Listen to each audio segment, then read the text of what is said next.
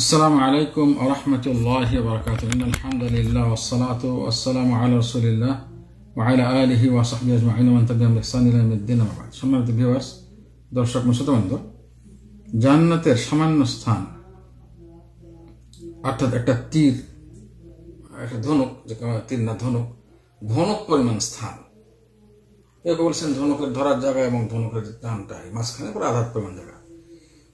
আর কেউ বলছেন ধনুক, এই ধনুক পরিমাণ যা স্থান জান্নাতে, পৃথিবীতে যে সমস্ত স্থানে সূর্য ওঠে, যত জায়গায় সূর্য দেখা যায়, যত স্থান, সকল স্থানের চেয়ে মূল্যবান।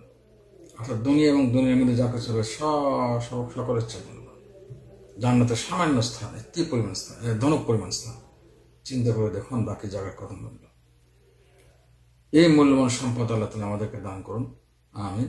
আমরা সবাই আল্লাহর কাছে জান্নাত প্রার্থনা করছি, আমরা সবাই আল্লাহর কাছে জান্নাত প্রার্থনা করছি। জান্নাতের জন্য যদি কেউ আল্লাহর কাছে প্রার্থনা করে 3 বার, তাহলে জান্নাত নিজেই ব্যক্তির জন্য দোয়া করে আল্লাহ ব্যক্তিকে জান্নাত দান করে। হাদিসটি বিশুদ্ধ এবং শেখ আলবানী সই বলেছেন। এই জন্য আমরা প্রত্যেকে জান্নাত চাইবো এবং জাহান্নাম থেকে মুক্তি চাইবো।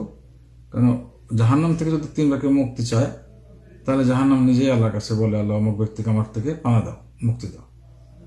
এই জন্য বলবো আল্লাহুম্মা ইন্না নাসআলুকাল জান্নাহ, এটা 3 বার। আল্লাহুম্মা ইন্না নাউযু বিকা মিনান নার, এই 3 বার এটা। অথবা আল্লাহুম্মা আজিরনা মিনান নার, এটাও 3 বার করতে পারেন।